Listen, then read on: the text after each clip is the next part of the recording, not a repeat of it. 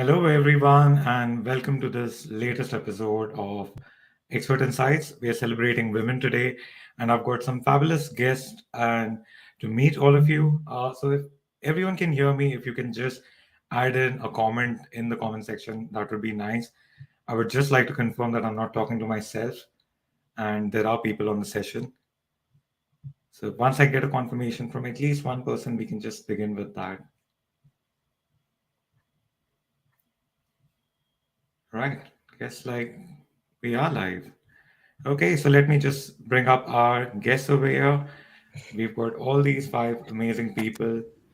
So let's start with introductions. First of all, happy Women's Day. And I'm so sorry, I just remembered that I haven't wished all of you all till now. We've been backstage for quite a long time. So sorry for that. And Marlene, since you're right on top first, so can you just start by introducing yourself and we'll just follow the line?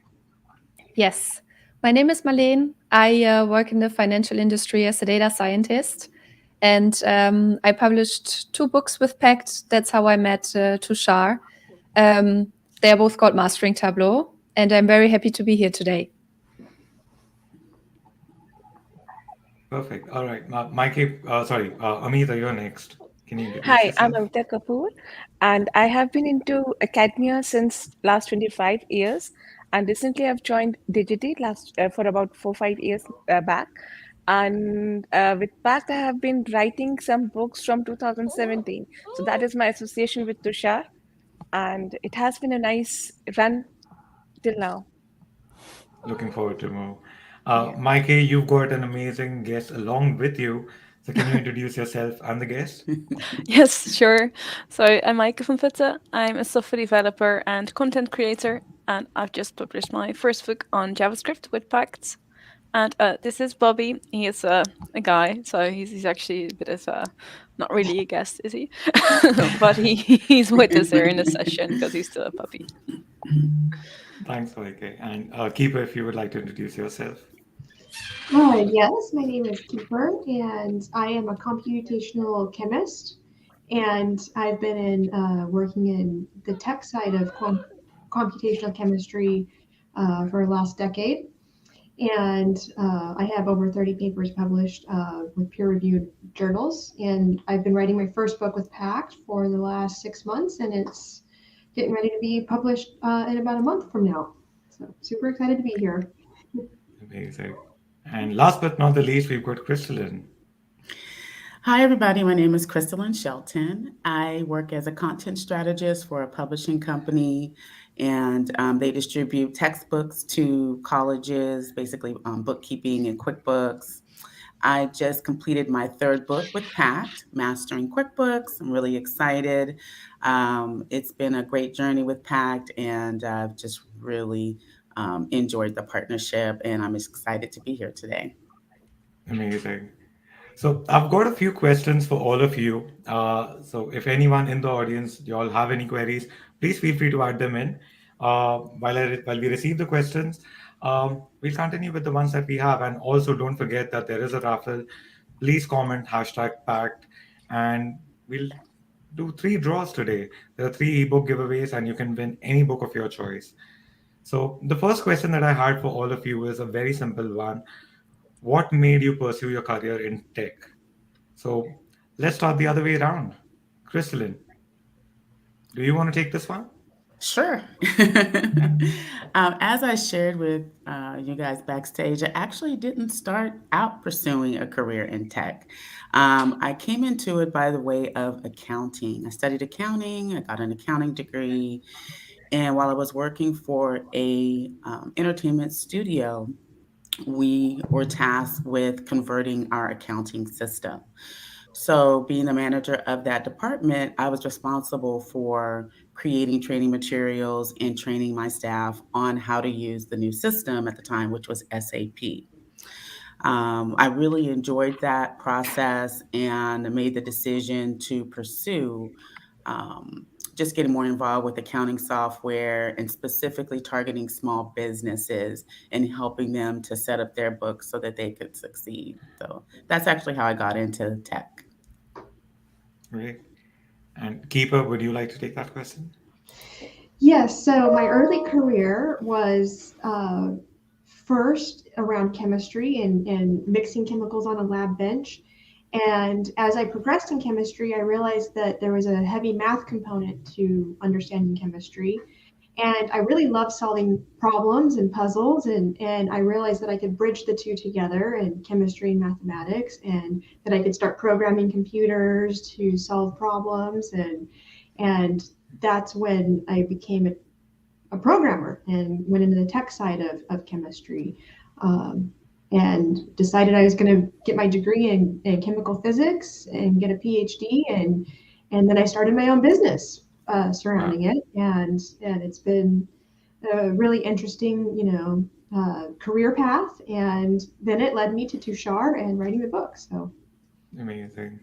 That's quite a big, amazing transition from chemistry in a lab, mixing chemicals to all the way. Did you self-learn programming mhm. or? Oh, wow. Yes, and in fact, the first team that I worked for in academia was Hmm. comprised of, only men, and they were all, senior to me, in graduate school or postdocs or a professor, and they Hmm. were all international, so none of them were from the United States, which is where I'm located. And they had no confidence in me. They thought, well, you don't even know what a do loop is, do you? And yeah, I said, no, I don't, but I'll show you that I can learn it. So, I'm just wondering, where are they now? oh, most of them are professors, and they chose to go the academic route, and I chose to go the uh, business and industry route. Right. Very soon they would be referring to your book that you write as a textbook. So yeah, that's when they will remember the comments that they made to you. Yeah. My, so Mike, would you like to take the question next? Yeah, I find it a bit hard to answer the question though, because I love the more beta sciences a lot as a kid already. And I think the first time I did programming, I was only 12 or 13. Wow. But the final decision to actually start a job as a software developer only happened, I think, when I was 22 or 23. So I studied something different. First, did some mathematics and then some communication sciences. And then I was looking for a job, and at the time it wasn't too easy to find jobs. It was nothing like it's now. So I was just looking, so where do they need people? And then I saw that software development was a very good career path, and I figured, well, let's just give it a try. And well, I haven't looked back since because I love it a lot. Amazing. And Amita, how did you enter the world of tech? Well, I would say for me, it was always, love at first sight with all the parts, like starting from science to physics to programming and then to neural networks and artificial intelligence. And I've never looked back. So it has been just continuing in that particular direction. And after completing my education, I was offered the job. And there also I got chance to teach the subjects which I love, that is neural networks. So it was kind of, straightforward for me. Nice. Marlene? Yeah, for me, it was also more of a coincidence. I studied to be a math and sports teacher. And then during my studies, I met some people, professors, but also then in my first job, I had a colleague. And then from those people, I learned a lot, and they kind of helped me to find my way into tech. And the more I learned about it, the more I liked it. So yeah, similar story. I learned programming, and here I am now. Nice. All right. So I have another question for you, all of you. So just a reminder for the audience, if you have any queries, please feel free to add it in the comment section. Until you do that, I'm more than happy to run through my questions. I have so many questions for the women over here. So the next one that I had was, well, there is a massive demand for women role models in tech. Uh, Being in your position, if there was a young girl to walk up to you and ask you, they think about entering tech, what would be your advice to them? So let's just do a random thing and let's start with Keeper. Well, I would first and foremost make sure that the person has done enough reflection to understand where they're at. And I always refer to the Japanese Ikigai diagram, where are you pursuing something that you love or something that you're making money at? And really analyze, um, if they have a special skill set that makes them unique and differentiable in the workplace, because that sort of creates a void then, right? If you can do something that nobody else can do, then you can start to offer that and really pursue, the things that you love to do and that you're good at. Nice. Yeah. And let's say, Amita, what would you do in such a situation? Well, being in academia, I get more chance to have students come to me and ask for this kind of advice. And Right. my advice is always, first of all, look at your strengths. Mm-hmm.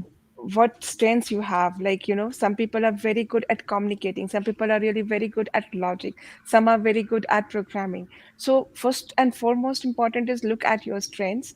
And once you have found your strength, then hone it further and then use it. So that would be my thing. Don't just go because like this is a niche field, everyone is there, I have to go there. No, that is not the way. Find your strength and then make it best. Nice. I wish I had an educator as such at the time, but yeah, unfortunately I didn't. Marlene, how would you handle such a query? Yeah, I would go a similar route. I would also say, is that what you love? Then try to observe and learn as much as you can, maybe from people that surround you, from teachers, books, videos. But really only pursue it if you really want it and not if you want it for the right reasons. Let's put it that way. Right. Yeah. Perfect. And Crystalline, Mike, would you like to answer this question? Sure. I definitely, agree with everything that's been said. I think that you really do need to have a passion for this, and you really need to plan to become a lifelong learner.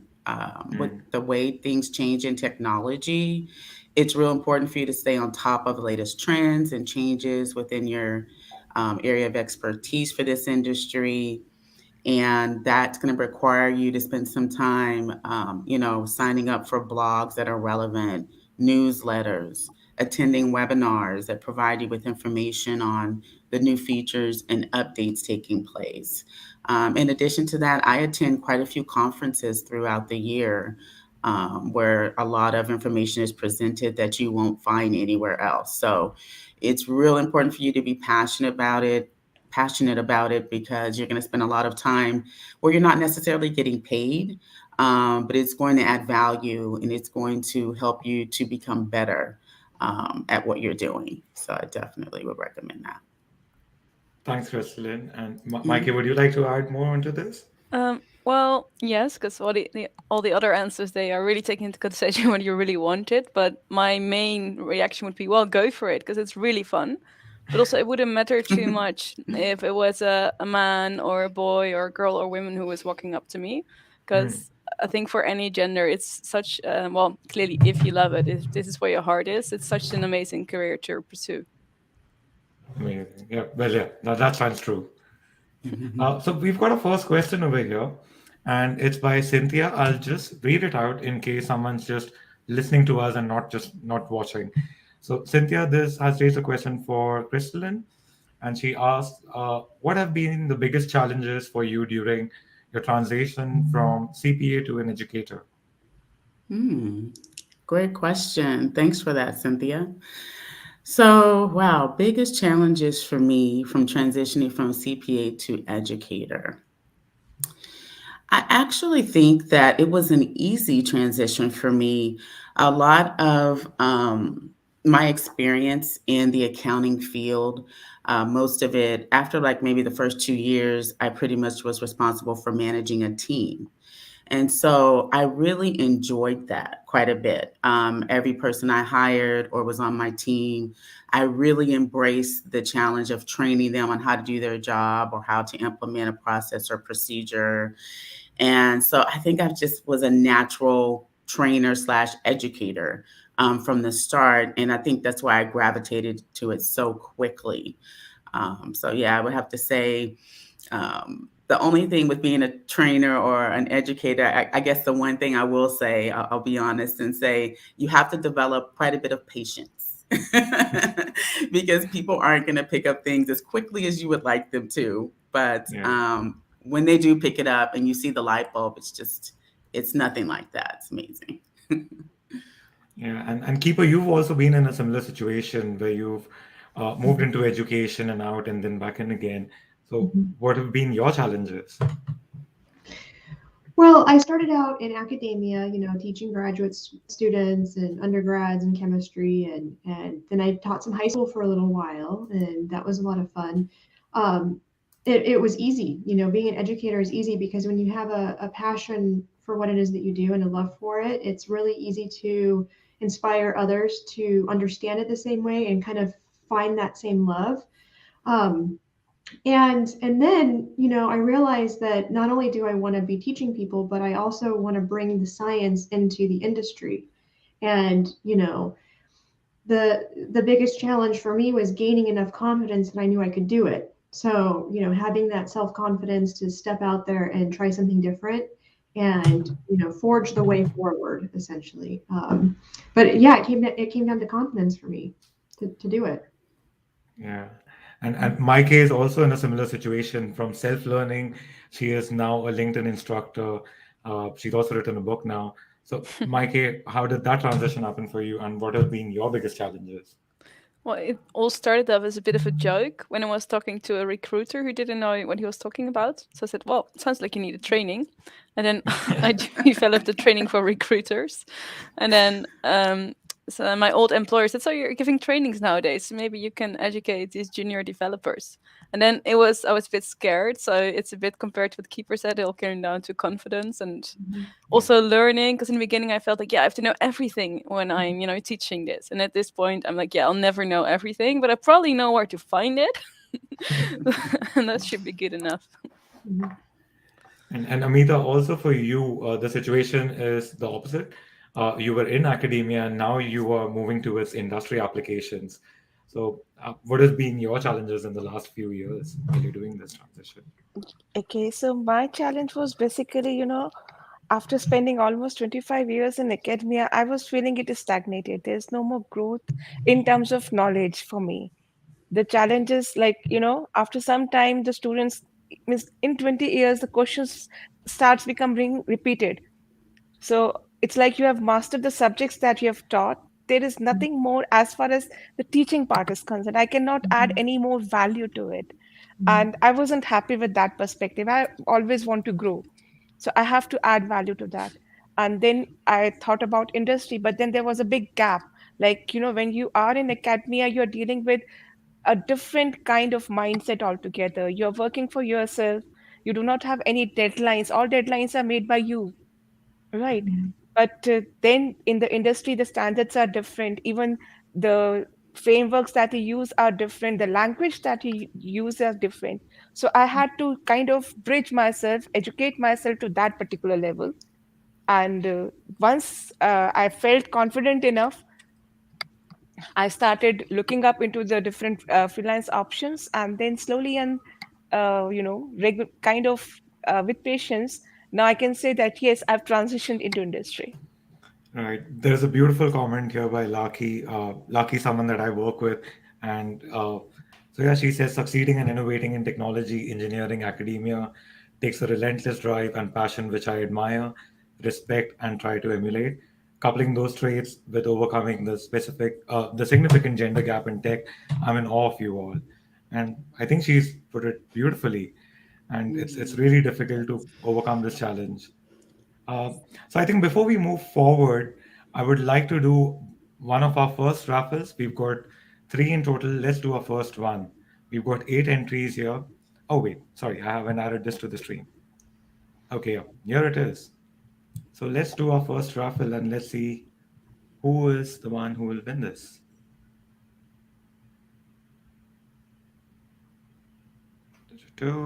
Oh, Raj. Raj is on a roll with these LinkedIn live sessions. Yay. He was the first one to win even in the last session that we did, and he's won it again. I swear to you all, I'm not rigging this. This is all automatically. This is just a draw. Sure, you aren't too shy. All right, so let's take another question. And so there is another one from Kevin. Kevin says, Krishlin, are there any specific resources you would recommend for accountants working with data? Mastering QuickBooks. Sorry, Krishlin. Yes. So specific resources. I mean, there's so many. There's a book for one.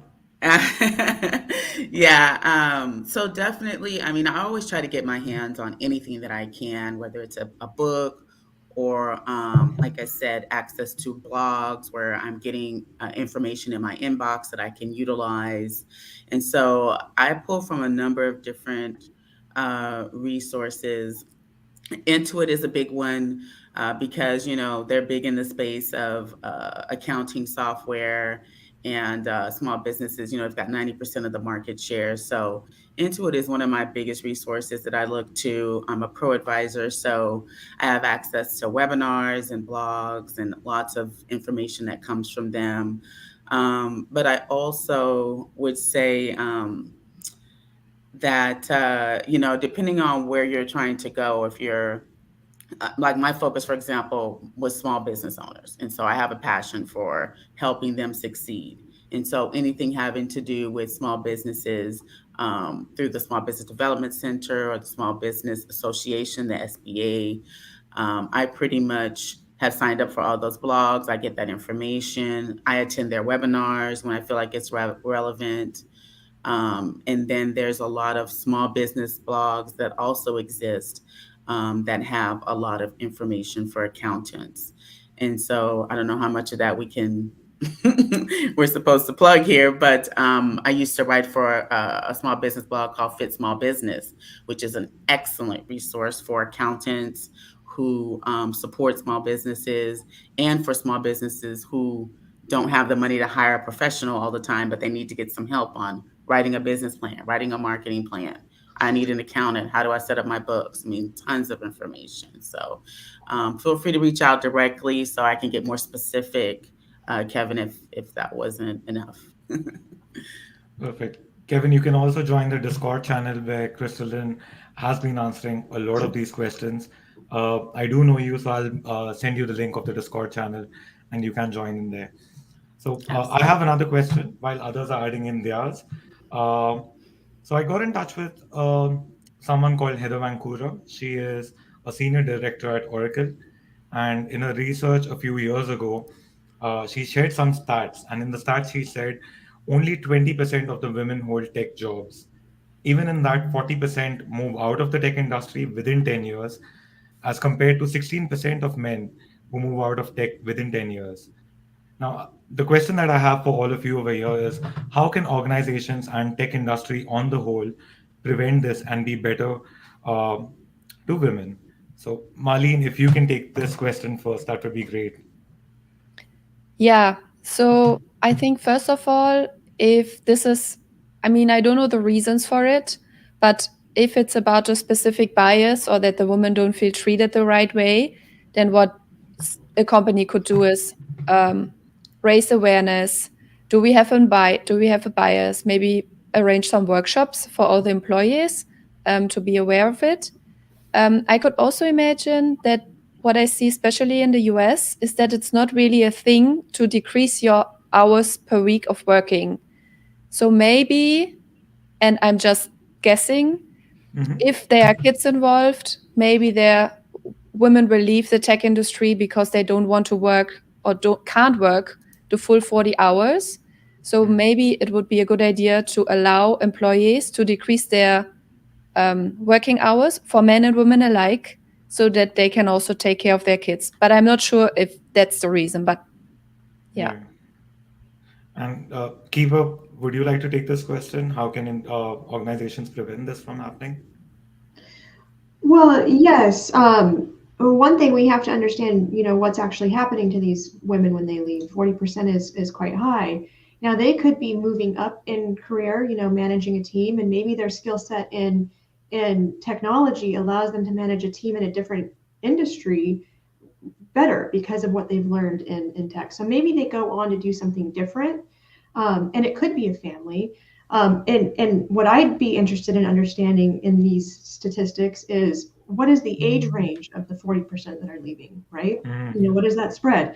Because technology is rather new in our lives, speaking over thousands of years of, human evolution. And maybe the women in technology start out really young and they go through a career. And then, as Marlene said, maybe they decide and choose to start a family and they can't Mm, necessarily hold a job, for 40 hours a week. And so to her point, allowing women to juggle both and still do things, remotely.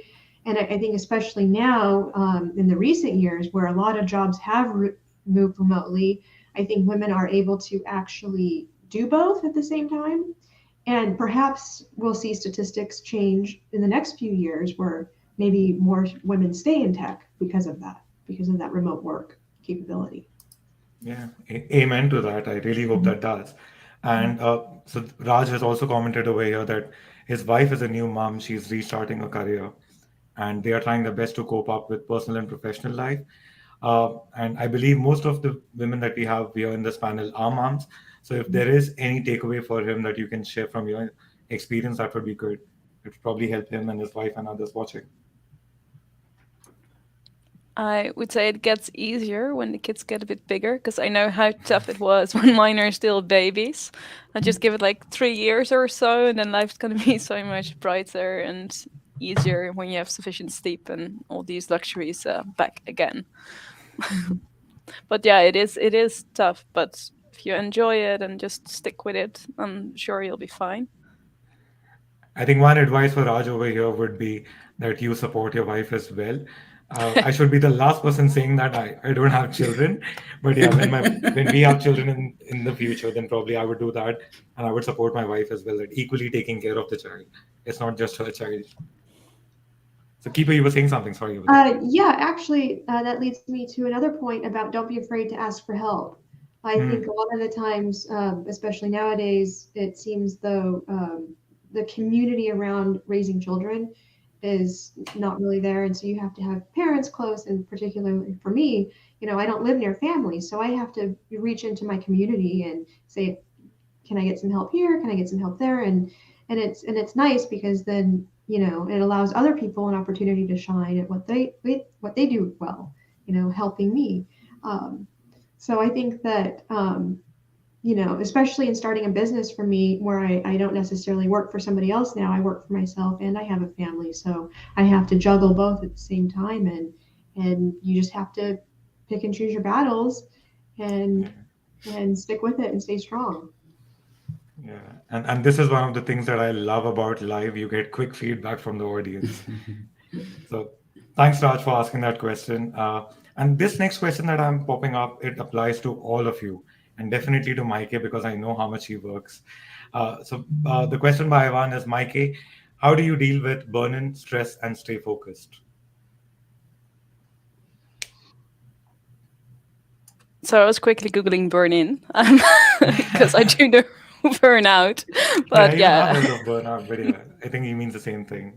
yes. Well, honestly, I don't really, I guess. But I love my work, so I also feels with like free time at the same time. So well, I wouldn't say it won't happen to me, but I think if it would have happened to me, it would have happened to me already. Because I'm doing a lot of things, but I'm just really enjoying it. That's So I'm sorry, I amazing. don't think that's really an answer. But if I do find the answer, I will definitely share the secret. Let's hope that never happens to you, so you don't have to go out and find answers. That's true. Yes. Amita, you haven't answered in a while, so how do you deal with burnout, stress, and stay focused? Well, I am into meditation. Well, So that helps a lot, I would say. And I do take in between sometime breaks, like, I have a meditation bell set up. So after every 1 hour or some random time that sets up, so I take a 30-second break, just deep breaths, nothing more than that. But I think that helps in, getting back the focus and take your mind off whatever is happening around. and Marlene, Yeah, I was thinking about take your vacation days, go somewhere, um, new environment, and just enjoy it and forget about work and disconnect. So don't continue answering emails while you're on vacation. I think, at least for me, whenever I then go back to work, I'm so much more motivated. yeah, I completely agree with that. Kristlyn, how do you handle burnout, sorry, and stress? Yeah, I would say, I use exercise as a stress reliever. So I go to the gym and get a workout in to release stress. I also, set alarms basically to just kind of get up from my computer, walk around, clear my head. So I usually take a break probably about every 90 minutes. And because before I would literally sit at my computer for like at least 3 hours straight and not even realize it. So that's terrible. So I started doing that. It helps quite a bit. Again, because I enjoy what I do, it's just, I don't see myself burning out. And so I just think just implementing those things. And then another thing I do to stay focused is just mute my cell phone. If I'm trying to work on a project and I don't want to be interrupted, then I will close my email program altogether. And when, I'll check my emails, after I take my break after 90 minutes. But to have the email open and it's, the dings and the bells and all that are very distracting for me. So I have to mute those things so I can actually focus. And these are definitely some good tips. Ivan and anyone else watching, please note them down. And Keeper, this is a natural follow up to you. Sorry, you Yes, wanted to say yes, something. absolutely. One thing is always keeping a to-do list, and the first part of my day is wake up, drink some coffee, look at my to-do list, check my email, and kind of reassess what it is that I want to do for the day. And I always have a 2-minute rule. So if I can do it in less than 2 minutes, I do it right now. And I just do it. And you just stay on top of the things that you can do in 2 minutes. And anything that has Yeah. to be done longer than that, you plan it and you make a schedule, and that can change over time, depending on the priority level of things that come at you. But for the most part, if you stay on top of that to-do list every day, you can kind of mitigate your stress that when things come at you, because you can understand, well, what's the priority level of this right now? It might seem stressful and it might feel like it's going to knock me off my game, but if I understand how to contextualize it with everything else I have in planning, then it becomes a little bit easier to overcome the stress that you might feel like you're going to get burned out. So No, yeah. I'm possibly the worst at it because I think everything can be done in 2 minutes. And Keeper would know this, that I'm replying to her late at night at 2 a.m., where it's morning for Keeper and Keeper's messaging me. I'm like, yes, Keeper, this is the answer for it. And yeah, I'm just about to go to sleep. Is it okay if I get back to this tomorrow?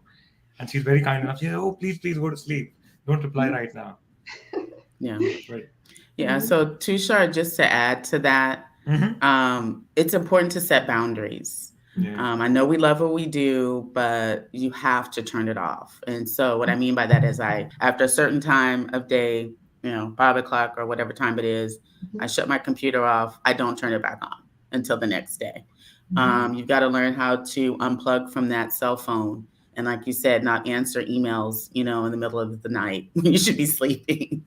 I mean, you've got to set boundaries for yourself, because what happens if you start responding to people in the middle of the night or start doing emails and that sort of thing, then that becomes the expectation. And so Mm-hmm. then the one time when you don't do it, look out. Right. Yeah.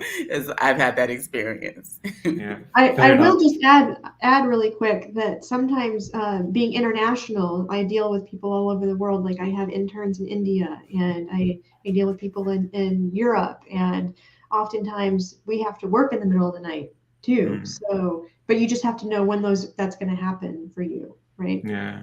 So I think Ivan and I, both of us have got some really interesting tips over here. And Ivan, both of us should try and stick to it. I think, yeah, you can get the horse to the water, but you can't drink for it. That's what applies over here. So, all right, there is another question by Cynthia. Thank you, Cynthia. For all on the panel, what advice would you give to women who have just entered tech field and want to develop a roadmap for professional growth and career advancement? Let us start again with Marlene. Yes. So I would say there's so much out there. Try to pick one thing and focus on that first, and then see how far you can go. And then I think at some point, there will be a moment where you realize, okay, now I think I got this, and then move on. Otherwise, I think there's a lot. So that's my advice. And Mikey, what do you feel about this? Well, yes, definitely focus on one thing and set aside a lot of time for learning. Well, if you want to speed up the process a bit, that is, I guess. But again, I don't think my advice for women would be too different than it would be for a man. So I'm really thinking of what would be women specific here. And honestly, I'm not really sure. I'm not sure if anyone has something women specific to say to that, but I'm struggling a bit to come up with an answer. I would say find a woman who is successful or someone that you admire in the field. Reach out to her and see if she'd be willing to mentor you. I mean, anyone that's ever reached out to me and asked me of that, I've always been honored to do that. I don't think, I don't think that you would find someone that wouldn't want to mentor you. And if you do, then move on. There's a lot of other people out there. But I would say find someone who pretty much is taking the path that you're thinking about taking or is successful in tech. You admire them, reach out to them and, form a relationship. And start there in addition to plan to spend a lot of time learning. Definitely. Thanks, Crystalline. And Keeper, what do you feel about this? What advice would you give? Well, I think that a lot of the time when we think of advancement, we think of a vertical moving up in the specific career, but maybe a horizontal change is advancing, right? Because now you're going to be learning something new. And I think that it's always important to constantly be reassessing what you know, how well do you know it, and what new things can you learn that might actually put you somewhere else, at a different career set. So when I decided to start a business, I had to learn about business entities and business models and customer discovery, and it was a completely different skill set. So advancing might not always be that vertical change, but it could be a horizontal change that allows you a new skill set to tack on to the things that you've already known. So always be willing to change and make improvements. Yeah, it also goes back to what Amita and Mikey said earlier, that if you love to do it, firstly you have to plan out what you love to do and then pursue it further over there. So yeah. And Amita, sorry, I didn't come to you for this question. What advice would you give? Well, I would say beside learning and networking as it's, I would say beside these two things, networking and mentoring part, one important part is understanding the basics. So when you are starting with the tech field, you sometimes you get overwhelmed with so much new that is happening. So at that moment, it is important to remember that things may be new, but the base is same. Right. So if you have strong basics, you will be always able to learn that. So just remember, if someone else can learn it, you can learn it. Just make your base strong. Right. Mm-hmm. Very true. So let's do another raffle over here. We are almost past the mid. So the first, well, Raj was the winner of the first one, and we have another raffle now. Draw again. Let's do it. Let's see who's going to win now.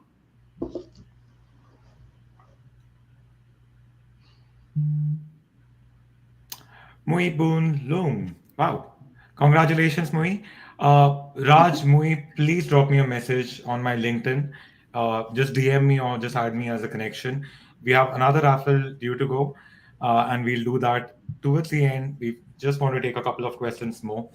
And before we move ahead, I had another question that uh, what advice would you give companies who want to increase diversity in their workforce? So, whoever wants to go first, or do you want me to pick up? I'm happy to do that. I can say something about it. Yeah.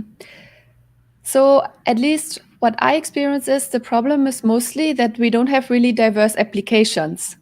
So I think if companies want to change the pool of applicants that they have, maybe they have to go one step back and maybe go to university schools and see if they can get more people in for applications. So I think it's not enough to just say, okay, we have 100 male applications and one female, and then we just pick that one to be diverse. I think that's not the way to go. Right. Yeah. And Keeper, what do you feel about this? Well, I personally like to look at people that are competitive, that understand, where they fit into the situation and understand what makes them unique, and that want to win, and they want to win for the team that they are going to be a part of, um, and they always have a positive attitude, and finding these kinds of people come down to recruitment and looking in the right spots and advertising that you have positions available, or that this is your mission, this is what you're doing, and the people will come to you if you have the right kind of advertisement. And I think the diversity is there. You just have to, as Marlene was saying, go out and find different ways to attract them to you, right? Yeah. Yeah. Crystalline, you train a lot of different organizations for their financial requirements. What would you suggest them to increase diversity? Yeah, I definitely agree with, changing your recruiting methods and going to schools that have a more diverse population. If you're not getting, the resumes in that are, a good representation of men and women and a diverse number of races as well. One of the things I also think, to require more of an investment, but I think it's worth it, is to partner with some of the schools and create an organization that targets specifically women in tech. And I think if you invest in something like that, where you start an organization like that, you will recruit or you'll be able to get the interest of women who are actually interested in tech and help them to um, understand the pathway to being successful in the field. Um, I think the earlier you can do this, the better. And the reason why I say that is I was in the 10th grade and I took a bookkeeping class from a person who was a certified public accountant, and he ran his own bookkeeping tax practice. And at the end of that class, I decided I was going to be a CPA. So I think exposure, even in high school, it's never too early. And that's the thing. We're waiting too late till people graduate and they've already made decisions about their careers. So we got to get into the high schools. And even the first couple of years of college, people haven't really decided, most people haven't really decided what they're going to major in or what they want to do. So if they can partner with the local high schools, I think it can't hurt. And then when you recruit these people and you hire them, you create, you make sure they're supported in the organization, right? So you do things that actually help them feel like they're a part of the organization and not just get them there and then they're on their own after they get there. So, Yeah. mhm, Yeah, true. It's a lot about grooming as well. You can't just expect them to perform from day one. mhm, And mhm. Mikey, on when it comes to you, what would you do rather than training yourself to do the recruiter's job again?